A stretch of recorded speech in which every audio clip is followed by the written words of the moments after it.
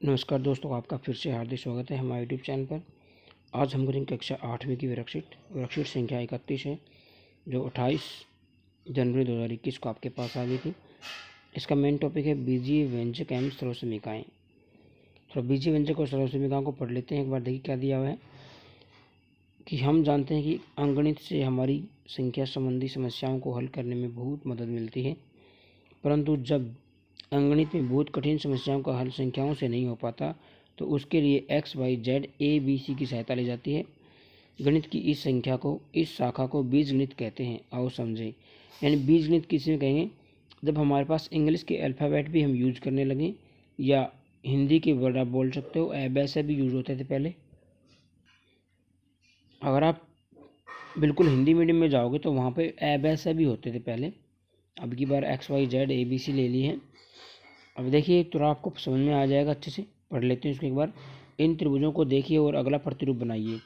एक त्रिभुज है, फिर 2, फिर 3, फिर 4, फिर 5, फिर अगले प्रतिरूप में कितनी आएंगी? 6 त्रिभुजें आ जाएंगी। ठीक है, 6 त्रिभुजें आ जाएंगे अगले प्रतिरूप में। 1 2 3 4 5 6 आ जाएंगी। ठीक है, अरे यह तो बहुत आसान है, आपको आसान लग रहा होगा। इन त्रिभुजों को देखकर बताइए 100वें प्रतिरूप में कितने रेखाखंड होंगे। आओ प्रयास कीजिए। कितने रेखाखंड होंगे? इसमें कितने? 3। इसमें कितने हैं? 3 3 6। रेखाखंड की बात कर रहा है, त्रिभुज की बात नहीं कर रहा है। एक त्रिभुज में 3 रेखाखंड होते हैं, 1 2 और 3। ठीक है, 2 त्रिभुजों में 3 3 6 हो गए। इसमें कितने हो जाएंगे? 9 हो जाएंगे। ठीक है, इसमें कितने हो जाएंगे? 3 और 2 तो 12। इसमें कितने हो जाएंगे? 12 और 3 15। इसमें कितने हो जाएंगे? 15 और 3 18। ऐसे। ठीक है, तो देखिए इसका प्रतिरूप इसने पूछा है। तो चलिए इसमें आगे की तरफ बढ़ते हैं। इसमें दिया होगा कहीं ना कहीं। देखिए यहाँ पे क्या किया इसने, थोड़ा हाईलाइटर से बता देता हूँ मैं आपको। एक त्रिभुज बनाने के लिए 3 रेखाखंडों की आवश्यकता होती है, सही बात है। 2 त्रिभुज बनाने के लिए 6 की, अभी मैंने बताया। 3 त्रिभुजों के 9 की आवश्यकता होगी। इन प्रतिरूप से हम कोई नियम निकाल सकते हैं, नियम बना सकते हैं भाई। जैसे आवश्यक रेखाखंडों की संख्या 3 गुणा में त्रिभुजों की संख्या। ठीक है, हमने देखा कि आवश्यक रेखाखंडों की संख्या 3 टी मान लिया, त्रिभुजों की संख्या को क्या मान लिया? टी। त्रिभुज के स्थान पर अंग्रेजी का अक्षर टी लिख दिया हमने। ठीक है, हम टी के स्थान पर अंग्रेजी के किसी भी अक्षर का प्रयोग कर सकते हैं। हम टी के स्थान पर त्रिभुज की संख्या रखते जाओ तो आवश्यक रेखाखंडों की संख्या आ जाएगी। 3t में टी एक चर है। चर का मान स्थिर नहीं होता है, बदलता रहता है। इसका मान 1 2 3 4 संख्या हो सकती है। देखिए मैं आपको बता देता हूँ थोड़ा सा क्या क्या किया इसने त्रिभुजों की संख्या के टी रख लिया। टी की जगह हम यही बोल सकते हैं, 3a भी बोल सकते हैं, 3b भी बोल सकते हैं, लेकिन आपको लिखना पड़ेगा कि b कहाँ क्या है, वहाँ पे त्रिभुजों की संख्या है। ठीक है, जैसे अब पूछ ले हमसे भाई साहब 3 त्रिभुजों में रेखाखंडों की संख्या क्या होगी, तो 3 त्रिभुजों की संख्या कितनी होगी? 3। ये तो फॉर्मूला बना दिया ना 3b। तो 3 या 9, यानी 3 त्रिभुजों में कितने रेखाखंड हो गए? 9 हो गए। ये 3 त्रिभुज हैं, इनमें काउंट भी कर लेना। 3 3 4 3 9 हो गए। ठीक है, तो यहाँ पे क्या देख रहे हो आप? अगर 4 की बात करूँगा तो 3 गुणा में कितना हो जाएगा? 4, यानी 12 हो जाएगा। तो इसका मतलब क्या है, ये जो हम चर पद बोलते हैं इसको। ठीक है, चर का मतलब होता है बदलना, इनका मान बदल जाएगा, इसलिए चर पद होते हैं। 3 का मान बदल नहीं रहा है, ये कौन सा पद हो गया? अचर पद। ठीक है, अचर, ए लग गया आगे, मतलब जिसका मान ना बदले वो अचर पद होता है। और ये ABCD इंग्लिश के अल्फ़ाबेट ये चर पद कहलाते हैं। समझ गए हो आप अच्छे से? तो चलिए, अगर समझ गए हो तो आगे बढ़ते हैं, नहीं समझे हो तो आप दोबारा देख लेना मैंने क्या बोला था। अब यहाँ पे देख लेते हैं आगे। देखिए यहाँ पे रशीद जो है ई रिक्शा द्वारा करोलबाग जा रहा है। वह आनंद पर्वत से करोलबाग तक का सफ़र तय करता है। इस दौरान वह बहुत सी वस्तुएं तस्वीरों को देखता है जो किसी न किसी राशि के साथ जुड़ी हुई हैं। ठीक है, ई रिक्शा से करोलबाग जा रहा है। अब ई रिक्शा से करोलबाग जा रहा है, अगर वो एक ही ई रिक्शा ले रहा है तो हम एक मान के चलेंगे कि वो एक ही ई रिक्शा से जा रहा है। तो उस पर देखिए क्या क्या होगा। मुसाफिरों की संख्या, भाई बीच में मुसाफिर उतरेंगे भी चढ़ेंगे भी, जरूरी थोड़े ना वो सभी करोलबाग जा रहे हो। और यात्रा की दूरी वो सेम रहेगी। ठीक है, यात्रा का किराया वो भी सेम रहेगा भाई, फिक्स रहेगा करोलबाग का। तो रिक्शा की रफ्तार ये भी कम ज़्यादा होती रहेगी। रिक्शा के पहियों की संख्या ये तो सेम ही रहती, 3 ई रिक्शा में पहिए तो 3 ही रहेंगे। और देख लेते हैं रिक्शा के ड्राइवरों की संख्या। मैंने क्या कहा था, एक ही रिक्शा मान के चल रहे तो ड्राइवर एक ही होगा, उसमें बदलेंगे थोड़ा ना ड्राइवर।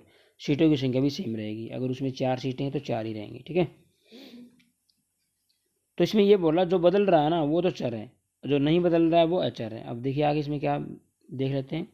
उपरोक्त सफर से जुड़ी तरह कुछ राशियां प्राप्त हुई हैं, जिनमें से कुछ राशियां स्थायी हैं, कुछ बदल रही हैं, कुछ ऐसी हैं जो बार बार बदल रही हैं। और जाने सफ़र के दौरान कौन सी राशियां बदल रही हैं, कौन सी नहीं बदल रही हैं। तो चलिए इनको देख लेते हैं। काफ़ी अच्छे से समझा रखा आपको चर और अचर के बारे में। मैं इसको डिलीट कर देता हूँ और आगे बढ़ते हैं।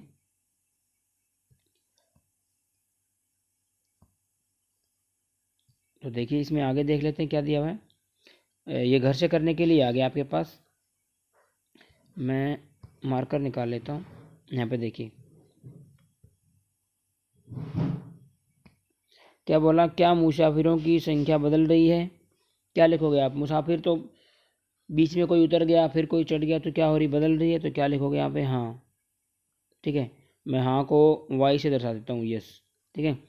जिन राशियों के मान बदल रहे हैं वो क्या कहलाते हैं, भाई ये बदल रहा है ना मान, क्या कहलाते हैं, वो चर कहलाते हैं, अभी भी बताया था मैंने। और जिन राशियों के मान नहीं बदलेंगे वो अचर कहलाते हैं। देख लिए अब कौन सी अचर राशि कौन सी चर है।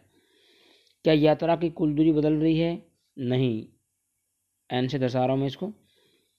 क्या रिक्शा की रफ्तार बदल रही है, हाँ भाई, कभी कम होगी कभी ज़्यादा होगी, एक स्पीड से तो चलेगी नहीं। क्या पहियों की संख्या बदल रही है, पहियों की संख्या सेम रहेगी, तो ये भी 9 आ जाएगा। क्या ड्राइवरों की संख्या बदल रही है, 9, ये भी एक ही ड्राइवर है। क्या सीटों की संख्या बदल रही है, 9, सीट भी सेम रहेंगी, ठीक है। तो जो एन वाले हैं ना इसमें, जो बदल नहीं रहे हैं, ठीक है, जो एन वाले हो गए वो तो आपके क्या हो जाएंगे, एचर पद हो जाएंगे, जो बदलेंगे नहीं। जिन पे वाई लिखा हुआ है वो आपके क्या हो जाएंगे, मैं अलग पेन से दिखा देता हूँ। जो वाई लिखा हुआ है ये और ये आपके किस में हो जाएंगे, ये चर पद हो जाएंगे जो बदल रहे हैं, ठीक है। अगला क्वेश्चन देख लेते हैं। दिए गए बॉक्स में 4 संख्याओं पर गोला ओ तथा अचर संख्या पर बॉक्स लगाओ। 4 नहीं, चर संख्याओं पर ओ लगाना है। मैंने पहले ही बताया है जितने भी इंग्लिश के अल्फ़ाबेट हैं उनमें हम कोई भी मान रख सकते हैं। तो देखिए मैं गोला लगा रहा हूँ चर पदों पर जो बदल जाते हैं ये, ठीक है, ये आपके चर पद हैं। और हरे कलर से मैं गोला लगा रहा हूँ, नीले से लगा लो, मैं गोला लगा रहा हूँ उन पदों पे जो एचर हैं। गोला नहीं, बॉक्स बनाना है इन पे, ये एचर है, ये बदलेंगे नहीं, ठीक है, ये एचर हो गई। मैंने लिख दिया 28, इसका मतलब 28 ही तो होगा दोस्तों, 29 और 27 थोड़ी ना काउंट कर लेंगे इसको। लेकिन मैंने लिख दिया एन, जहाँ पे मैं बोल दूँ एन क्या है, आपके कदमों की संख्या है। तो आपके कदम देखो बदलते रहेंगे, कभी 2 हो जाएंगे कभी 4 हो जाएंगे, आप चलोगे उसके अकॉर्डिंग, ठीक है, तो बदलता रहेगा मान। तो चलिए दोस्तों आज की वीडियो में इतना ही। वीडियो अच्छी लगी हो तो वीडियो को लाइक करें और अपने दोस्तों को शेयर करें ताकि ज़्यादा से ज़्यादा संख्या में हमारी वीडियो से आपके दोस्त सीखते रहें। मिलते हैं आपके साथ एक नई वर्कशीट का सॉल्यूशन लेकर, तब तक के लिए हमारे साथ बने रहें। Thanks for watching, bye friends.